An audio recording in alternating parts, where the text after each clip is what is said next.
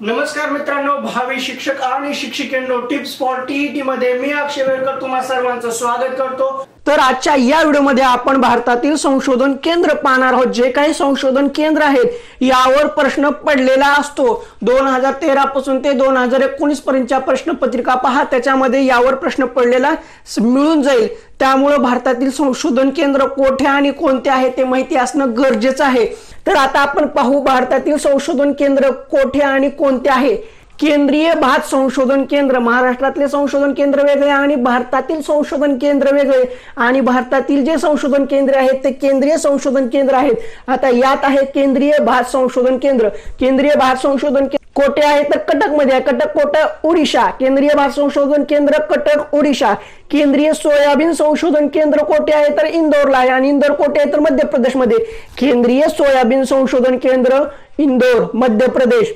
केंद्रीय भुईमुग संशोधन केंद्र कोठे आहे, भुईमुग संशोधन केंद्र तेही केंद्रीय भुईमुग संशोधन केंद्र कुठे आहे तर जुनागडला गुजरात मध्ये। केंद्रीय ज्वारी संशोधन केंद्र कोठे आहे, राजेंद्र नगर हैदराबाद। केंद्रीय ज्वारी संशोधन केंद्र हैदराबादला आहे, कुठे राजेंद्र नगर मध्ये। केंद्रीय कापूस संशोधन केंद्र कोठे आहे तर नागपूर महाराष्ट्र। लक्षात घ्या, केंद्रीय कापूस संशोधन केंद्र नागपूर महाराष्ट्र। केंद्रीय मसाला संशोधन केंद्र कोठे आहे, केंद्रीय मसाला संशोधन केंद्र हे कालिकत कंसात केरळ मध्ये आहे। आता केंद्रीय ताग संशोधन केंद्र, केंद्रीय ताग संशोधन केंद्र कोठे आहे तर केंद्रीय ताग संशोधन केंद्र हे बराकपूर, आणि बराकपूर कुठे आहे तर पश्चिम बंगाल। आता बटाटा, केंद्रीय बटाटा संशोधन केंद्र कोठे आहे, केंद्रीय बटाटा संशोधन केंद्र हे कुफरी शिमला हिमाचल प्रदेश मध्ये आहे। केंद्रीय बटाटा संशोधन केंद्र कुफरी शिमला म्हणजेच हिमाचल प्रदेश मध्ये आहे। आता केंद्रीय ऊस संशोधन केंद्र कोठे आहे, केंद्रीय ऊस संशोधन केंद्र हे लखनौ मध्ये आहे उत्तर प्रदेश मध्ये। केंद्रीय उद्यान विद्या संशोधन केंद्र, लक्षात घ्या, केंद्रीय उद्यान विद्या संशोधन केंद्र कोठे आहे तर बंगळुरूला आहे, आणि म्हणजेच ते कर्नाटक मध्ये आहे। केंद्रीय गहू संशोधन केंद्र, केंद्रीय गहू संशोधन केंद्र लखनौला आहे, लखनौ कुठे आहे उत्तर प्रदेश मध्ये। आता केंद्रीय लिंब वर्गीय संशोधन केंद्र, केंद्रीय लिंब वर्गीय संशोधन केंद्र कोठे आहे तर नागपूरला आहे, नागपूर कुठे आहे तर महाराष्ट्रामध्ये आहे। केंद्रीय लिंब वर्गीय संशोधन केंद्र कोठे आहे, नागपूरला, आणि नागपूर कुठे आहे महाराष्ट्रात। आता जागतिक भात संशोधन केंद्र कोठे आहे, जागतिक भात संशोधन केंद्र तर जागतिक भात संशोधन केंद्र हे मनीला, जे की फिलिपाईन्स येथे आहे, जागतिक आहे। जागतिक भात संशोधन केंद्र मनीला, मनीला कुठे आहे तर फिलिपाईन्स मध्ये आहे।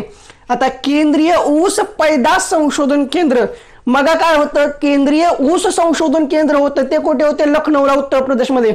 आता केंद्रीय ऊस पैदास संशोधन केंद्र, ऊस पैदास संशोधन केंद्र कुठे आहे, कैमुत्तुरू, आणि ते कुठे आहे तामिळनाडूला। लक्षात घ्या, केंद्रीय ऊस पैदास संशोधन केंद्र कुठे आहे, कैमुत्तरू, आणि कैमुत्तरू कुठे आहे तर तामिळनाडू मध्ये आहे। आता जे काही भारतातील संशोधन केंद्र आहेत ते आपण एकदम फास्ट ट्रॅक मध्ये घेऊ, म्हणजे लक्षात राहिलं सोपं जाईल। केंद्रीय भात संशोधन केंद्र कटक ओडिशा। केंद्रीय सोयाबीन संशोधन केंद्र इंदोर मध्य प्रदेश। केंद्रीय भुईमुग संशोधन केंद्र जुनागड गुजरात। केंद्रीय ज्वारी संशोधन केंद्र राजेंद्र नगर हैदराबाद। केंद्रीय कापूस संशोधन केंद्र नागपूर महाराष्ट्र। केंद्रीय मसाला संशोधन केंद्र कालिकत केरळ। केंद्रीय ताग संशोधन केंद्र बराकपूर पश्चिम बंगाल। केंद्रीय बटाटा संशोधन केंद्र कुफरू शिमला हिमाचल प्रदेश। केंद्रीय ऊस संशोधन केंद्र लखनौ उत्तर प्रदेश। केंद्रीय उद्यान विद्या संशोधन केंद्र बंगळुरू कर्नाटक। केंद्रीय गहू संशोधन केंद्र कोठे आहे, लखनौ उत्तर प्रदेश। केंद्रीय लिंबवर्गीय संशोधन केंद्र नागपूर महाराष्ट्र।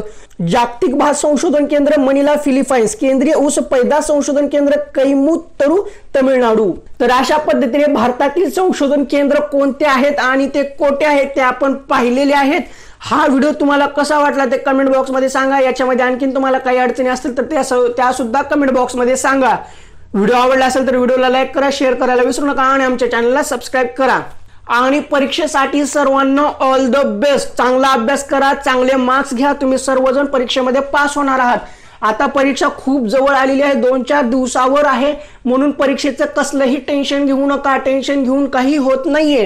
तर आजचा हा व्हिडिओ तुम्हाला कसा वाटला तो कमेंट बॉक्स मध्ये सांगा। मी जे काही तुम्हाला नोट्स, पॉइंट, ऑब्जेक्टिव्ह महत्त्वाचं काय जे सांगतोय ते तुम्हाला आवडत असेल, त्याच्यातून तुमचा काही फायदा होत असेल तरच आमच्या चॅनलला सबस्क्राईब करा. लाल रंगामध्ये सबस्क्राईब बटन आहे ते दाबा, त्यानंतरची जी घंटी आहे ती सुद्धा दाबा. त्याच्यापेक्षा जास्त महत्त्वाचं आहे ऑल नोटिफिकेशन सिलेक्ट करणं, कारण तुम्ही जर ऑल नोटिफिकेशन सिलेक्ट नाही केला तर सर्व व्हिडिओचे नोटिफिकेशन तुमच्यापर्यंत पोहोचणार नाही. म्हणून सबस्क्राईब करा, त्यानंतर घंटी वाजवा. त्याच्यापेक्षा जास्त महत्त्वाचं ऑल नोटिफिकेशन सिलेक्ट करा. तर पुन्हा भेटू अशाच महत्त्वपूर्ण नोट्स घेऊन.